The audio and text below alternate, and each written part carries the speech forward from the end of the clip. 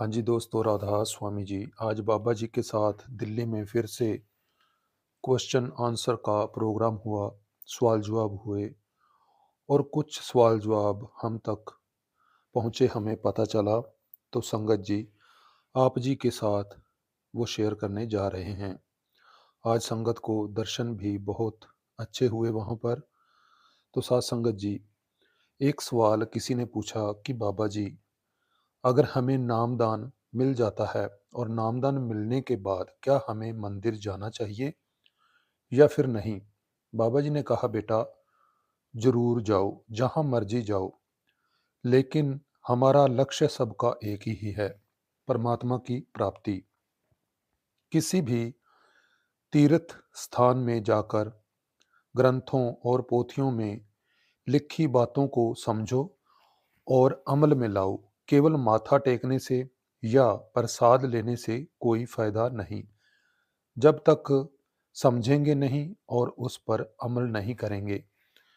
कहने का मतलब कि हमें भजन सिमरन करना ही पड़ेगा। एक भाई ने पूछा, बाबा जी, जब हमें सभी को छोड़कर जाना है तो मौत से डर क्यों लगता है? बाबा जी ने फरमाया, बेटा यह अज्ञानता का डर है। अभी हमारी अवस्था शारीरिक है, इसलिए यह बातें मन में बैठी हुई हैं। एक सिस्टर ने पूछा, बाबा जी, हम 3 बहनें हैं और हमारे पापा की तबीयत बहुत खराब रहती है। हम परेशान हैं, क्या करें?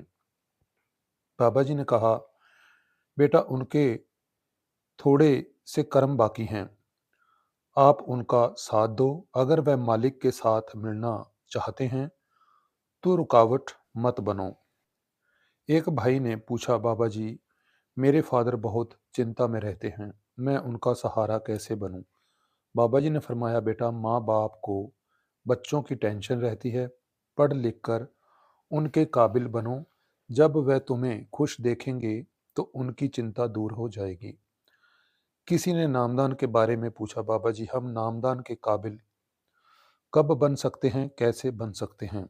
बाबा जी ने फरमाया, बेटा हम कभी भी काबिल नहीं बन सकते, यह तो मालिक की दया से मिलता है। हम सिर्फ अरदास कर सकते हैं। फिर सवाल किसी ने बाबा जी से किया, बाबा जी, हम दुनिया में धन दौलत इकट्ठा करते रहते हैं, लेकिन हमें पता है कि एक दिन जाना है, फिर भी हम इसमें क्यों लगे रहते हैं? बाबा जी ने समझाया, बेटा यह सब यहीं रह जाएगा, वहां सिर्फ हमारे कर्म और भक्ति देखी जाएगी। असली दौलत नाम की कमाई है, वही साथ जाएगी। अगर बुरे कर्म करेंगे तो फिर से यहीं 84 लाख जूनियों में आना पड़ेगा। फिर एक सवाल बाबा जी से नशे के बारे पूछा गया, बाबा जी, दुनिया में कोई नशा करता है, कोई बुरी आदतों को पालता है, इस पर आपका क्या कहना है? बाबा जी ने कहा, बेटा जब से दुनिया बनी है तब से अच्छाई और बुराई दोनों हैं। अब यह हम पर निर्भर करता है कि कौन सा रास्ता चुनना है। फिर सोशल मीडिया पर बात आई। बाबा जी ने कहा, आजकल सोशल मीडिया का जमाना है, बच्चे गलत चीजें देखते हैं, इसलिए विवेक से काम लो। जो फालतू कंटेंट है उसे लाखों करोड़ों देखते हैं, क्योंकि मन नेगेटिविटी की तरफ भागता है। हमें अच्छा कंटेंट देखना चाहिए। फिर पेरेंट्स से जुड़ा एक सवाल आया, अगर बाबा जी पेरेंट्स हमसे नाराज हो जाएं तो हमें क्या करना चाहिए? बाबा जी ने फरमाया, बेटा माफी मांग लो।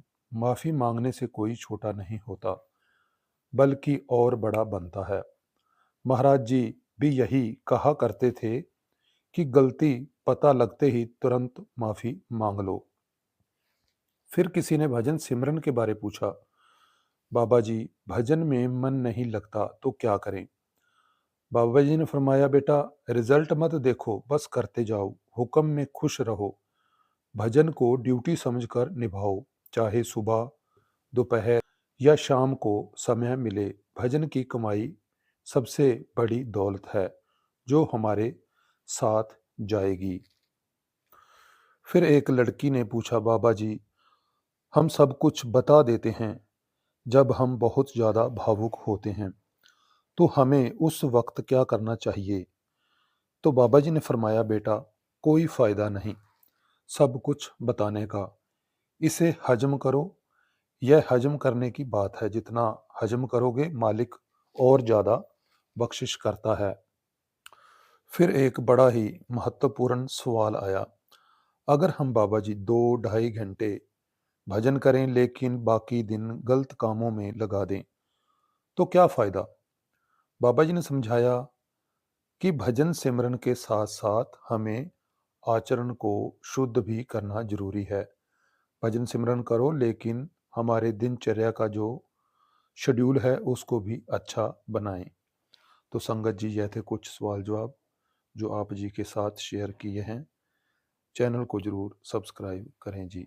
राधा स्वामी जी।